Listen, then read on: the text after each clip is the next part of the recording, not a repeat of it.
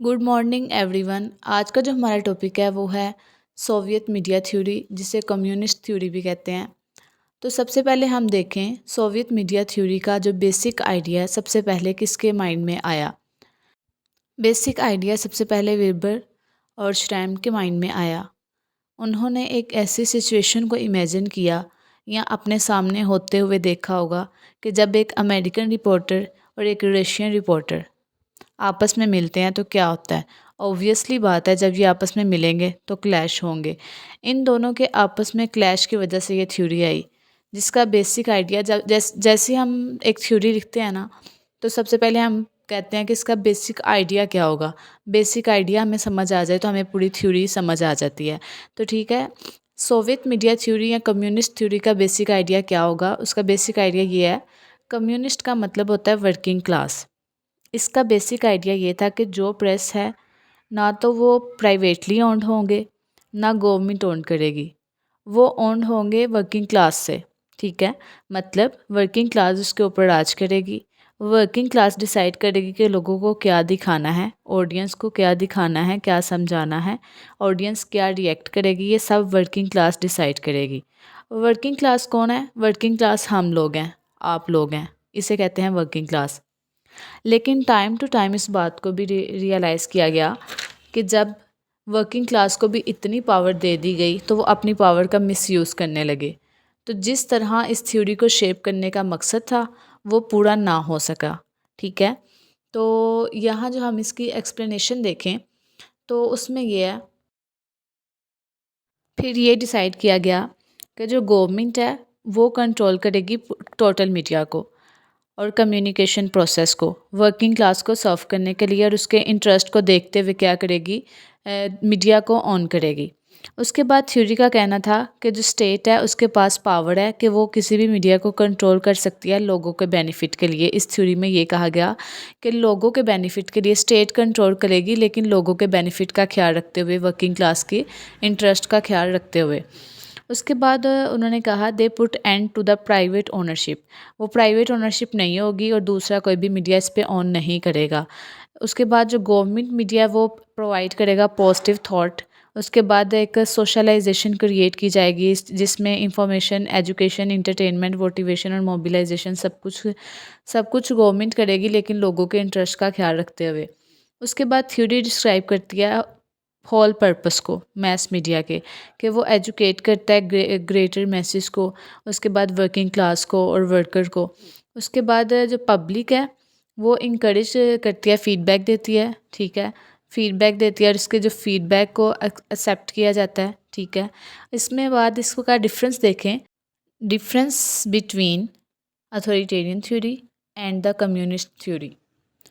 तो सबसे पहले इसका डिफरेंस है, there is private ownership of media. जैसे हमने अथॉरिटेरियन थ्योरी में पढ़ा था कि जो अथॉरिटी होती है वो गवर्नमेंट के अंडर होती है, सारी अथॉरिटी गवर्नमेंट के हाथ में होती है। कोई भी ऑडियंस, कोई भी आम इंसान उस पर बात नहीं कर सकती, मीडिया भी उसे अपनी मर्ज़ी से ऑन नहीं कर सकता, बल्कि गवर्नमेंट के कदमों पे चलती है वो। ठीक है, तो इसमें ये आ जाता है कि there is private ownership of media. इसमें जो प्राइवेट ओनरशिप होती है, लेकिन सोवियत मीडिया थ्योरी में प्राइवेट ओनरशिप नहीं होती। जो कंट्रोल होता है वो बहुत ही एक स्मॉल लीडर के हाथ में होता है, मतलब कुछ चंद लोगों के हाथ में या स्टेट के हाथ में। उसे गवर्नमेंट ओन करती है, लेकिन लोगों की इंटरेस्ट का ख्याल रखते हुए। सेकंड नंबर पे आ जाता है वन वे कम्युनिकेशन, कि जो इसमें होता है अथॉरिटेरियन थ्योरी में वन वे कम्युनिकेशन होती है, सिर्फ अथॉरिटी की बात सुनी जाती है, जो अथॉरिटी चाहती है वही होता है, आम लोगों की बात नहीं सुनी जाती। लेकिन सोवियत मीडिया थ्योरी में टू वे कम्युनिकेशन होती है, गवर्नमेंट की बात भी सुनी जाती है और ऑडियंस को भी देखा जाता है, आम लोगों को, वर्किंग क्लास को साथ लेके चला जाता है। ठीक है, जो थर्ड नंबर पे आ जाता है नो फीडबैक। अथॉरिटेरियन थ्योरी में कोई फीडबैक नहीं होता, किसी का फीडबैक एक्सेप्ट भी नहीं किया जा सकता, लेकिन सोवियत मीडिया थ्योरी में फ़ीडबैक एक्सेप्ट किया जाता है। ठीक है, जो लोग कहते हैं उनकी बात मानी जाती है, उनकी बात पे अमल किया जाता है, लोगों के इंटरेस्ट का ख्याल रखा जाता है। ओके, नेक्स्ट हम डिस्कस करते हैं इसके फ़ीचर्स। सोवियत मीडिया थ्योरी के फ़ीचर्स क्या हैं। तो सबसे पहले इसकी फ़ीचर में आ जाता है कि जो मीडिया है वो कम्युनिस्ट आइडियोलॉजी को फॉलो करेगी, पॉलिटिकल सिस्टम को फॉलो करते हुए सारा काम करेगी। सेकंड नंबर पे आ जाता है मीडिया जो है वो प्रोपेगेंडा का इस्तेमाल करेगी और सोशल पॉलिसीज़ का इस्तेमाल करेगी। सेकंड नंबर पे मीडिया जो है वो थर्ड नंबर पे आ जाता है गवर्नमेंट इंस्ट्रूमेंट का इस्तेमाल कर सकती है। फिर media was owned by the state, जो स्टेट है वो मीडिया को ऑन करेगा।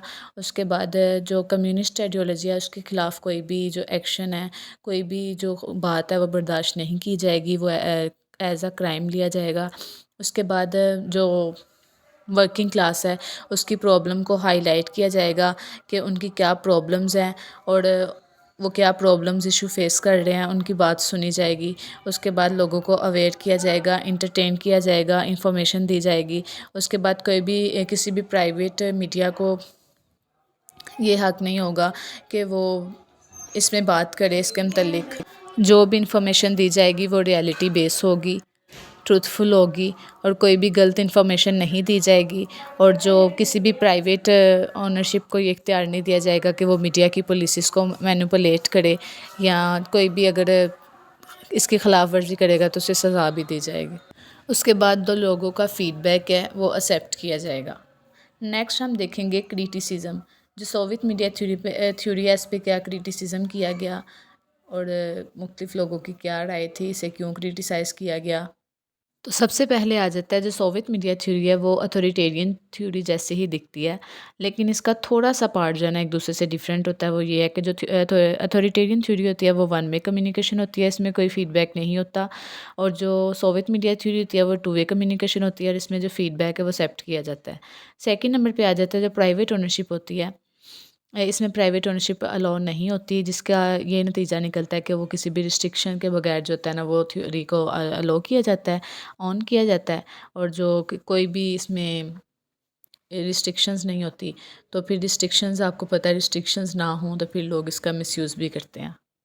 उसके बाद जो सोवियत मीडिया थ्योरी होती है वो कुछ रिस्ट्रिक्शन अलाउ करती है, जो कि नेशन इंटरेस्ट पे बेस करती हैं, ना कि पर्सनल बेस होती हैं।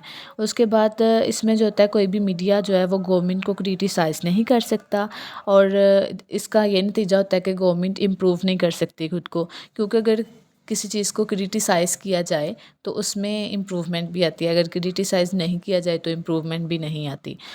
उसके बाद जो जर्नलिस्ट होता है या प्रेस होता है वो सपोर्ट करता है लीडरशिप को, एज अ वाचडॉग काम नहीं करता, बल्कि वो लीडरशिप को सपोर्ट करता है, गवर्नमेंट को लेके चलता है, ना कि अपने हकूक़ को फ़्राइज़ को पूरा करने। क्योंकि मीडिया को एज अ वाचडॉग कहा जाता है इसलिए कि वो सारी इन्फॉर्मेशन दे।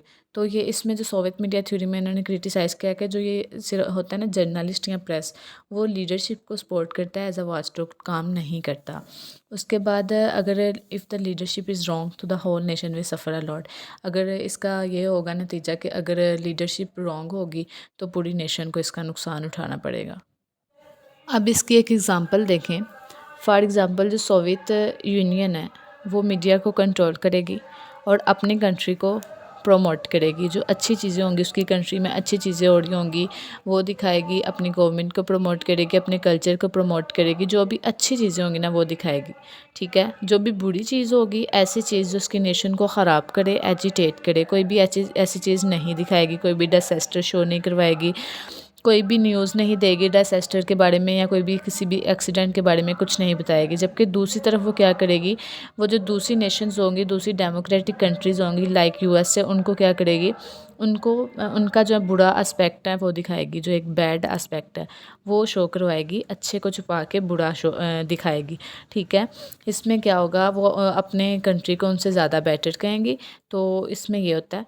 तो ये क्या करेंगे, अपने अपने कंट्री को रिप्रेजेंट करेंगे जिस तरह के वो कर सकती हैं। उसके बाद नॉर्मेटिव थ्योरीज़ का हम कंक्लूजन देखें तो जो नॉर्मेटिव थ्योरी है वो एक आइडियल वे डिस्क्राइब करती हैं मीडिया सिस्टम के लिए, जो कंट्रोल और ऑपरेट किया जाता है गवर्नमेंट के ज़रिए, अथॉरिटी के ज़रिए, लीडर के ज़रिए या पब्लिक के ज़रिए। ठीक है, तो जो हर थ्योरी होती है वो दूसरी थ्योरी से डिफरेंट होती है। हम ये नहीं कह सकते कि कौन सी थ्योरी बेस्ट है या कौन बेस्ट काम करती है। तो हर थ्योरी है वो अपने वे में काम करती है। तो ये जो थ्योरी है ये बेसिकली दूसरी कम्युनिकेशन थ्योरी से डिफरेंट है, जो नॉर्मेटिव थ्योरीज़ हैं दूसरी कम्युनिकेशन थ्योरी से काफ़ी डिफरेंट है, क्योंकि जो नॉर्मेटिव थ्योरीज़ हैं वो कोई भी साइंटिफिक एक्सप्लेनेशन या प्रिडिक्शन नहीं देती। उसके बाद ये जो फोर थ्योरीज़ ऑफ प्रेस हैं वो बहुत से सोर्सेज से आती है, ना कि एक सिंगल सोर्स से। ठीक है, बहुत से सोर्सेज से इसे बनाया गया, कोई सिंगल सोर्स इसमें नहीं होता। इसमें media practitioners, social critics, academics सब ने बहुत ज़्यादा काम किया नॉमेटिव थ्योरीज़ के लिए। तो इसी के साथ आज हमारी नॉमेटिव थ्योरीज़ ख़त्म हो गई। इसमें हमने 6 लेक्चर, आई थिंक 5 लेक्चर हमने दिए हैं इस पे। इसमें social responsibility theory, normative theory का introduction, social responsibility theory, libertarian theory, Soviet media theory, सारी थ्योरीज़ को हमने डिस्कस किया। तो उन सब का लिंक डिस्क्रिप्शन में दे दिया जाएगा, अगर आपने नहीं देखी तो ज़रूर देखिएगा। इसी के साथ हमारी वीडियो ख़त्म होती है। Thank you so much.